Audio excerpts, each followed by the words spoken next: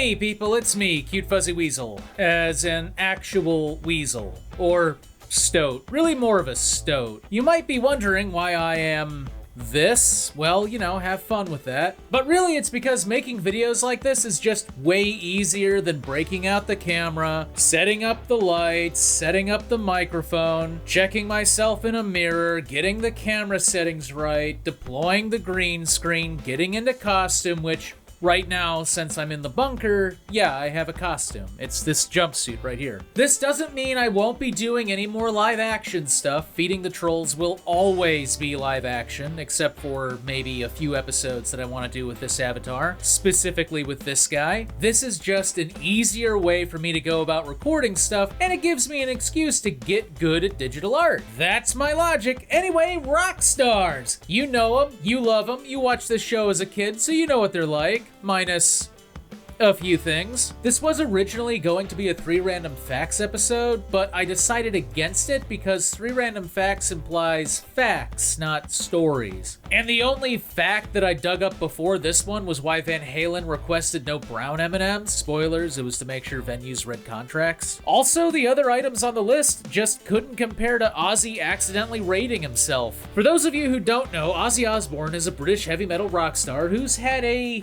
colorful career, starting off in the band Rare Breed, whose logo I couldn't find, before rising to prominence with Black Sabbath until he was kicked out in 1979 for substance abuse, something that he has gone on to struggle with his entire life. After getting kicked out of the band, he started a solo career, bit the head off a dove because he was intoxicated, bit the head off a bat because he thought it was rubber. By the way, there's this myth going around that the bat was used as a stage prop. Not true. Some guy just brought what they thought was a dead bat to the concert and tossed it on stage, and Ozzy picked it up and bit its head off, assuming that it was a gag rubber bat. This is according to 2 different accounts of the events from the 90s. But according to the booklet that came with the 2002 album Diary of a Madman, not only was the bat alive, but it also bit Ozzy and he had to get preventative treatment for rabies. So my question is, when did Ozzy realize the bat was real? Was it after he bit the head off or after it bit him? Or did the severed head bite him? If it was before then, and forgive me, I'm not a Halloween decorations expert, but does that mean that rubber bats regularly bite people? I've never had that problem, but I've never tried to bite the head off of one. Chuck this one up to the Pixar theory. Maybe the toy bat was just coming alive to defend itself. But if that's the case, then why didn't Sid's Toys ever do that when he was torturing them? Anyway, he got a TV show for a while, played himself in South Park, something very rare for the show, did a song with Post Malone called Take What You Want, and then that's what led him to working with Andrew Watt on the album Ordinary Man. So in the album, there's this track called It's a Raid that was, according to Osbourne himself, inspired by an actual event. According to Osbourne, while they were recording Black Sabbath Volume 4, the band was staying in a house in Bel Air that came equipped with a panic button. Basically, if you pressed it, it would send an alert off to the police, who would then show up as soon as possible, assuming the house was being robbed or there was a gunman or something.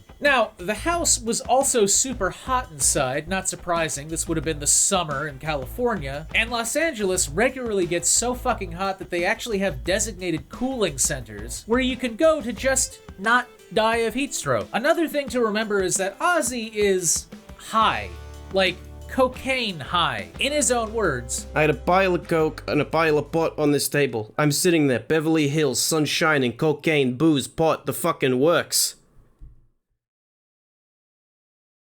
who the hell are you? So you have a guy who's high off his ass and it's super hot and the dude sees 3 buttons on the wall and thinks, you know, this is the air conditioning.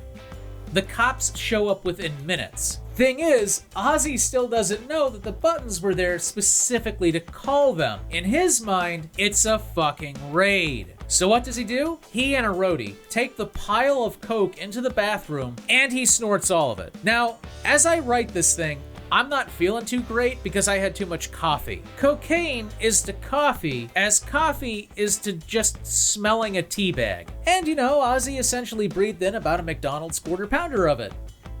Likely more. By all rights, Ozzy should have dropped dead right then and there. But the dude is a mutant, so all it did was make him not sleep for 4 days. That last part about him being a mutant, though, that's true. Ozzy's genome was mapped back in 2010 because, again, in his own words, given the swimming pools of booze I've guzzled over the years, not to mention all of the cocaine, morphine, sleeping pills, cough syrup, LSD, Rufinol, you name it, there's really no plausible medical reason why I should still be alive.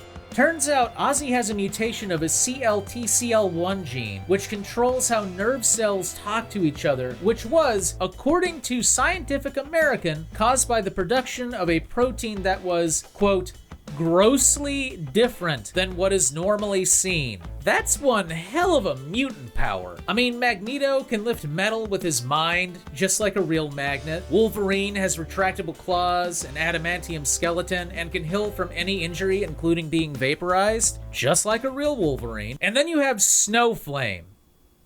Yes, that's an actual comic book character, by the way, Snowflame. Ozzy's been in a comic book too. Anyway, this is Cute Fuzzy Weasel. If you like this video and you want to see more, subscribe and hit that bell and fill out the paperwork because YouTube demands it. Don't forget to check me out on Twitter. And if you really want to, you can support me through Patreon. And as always, have a good day.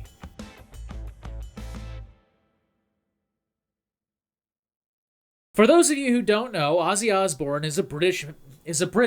He's a British. Look at him.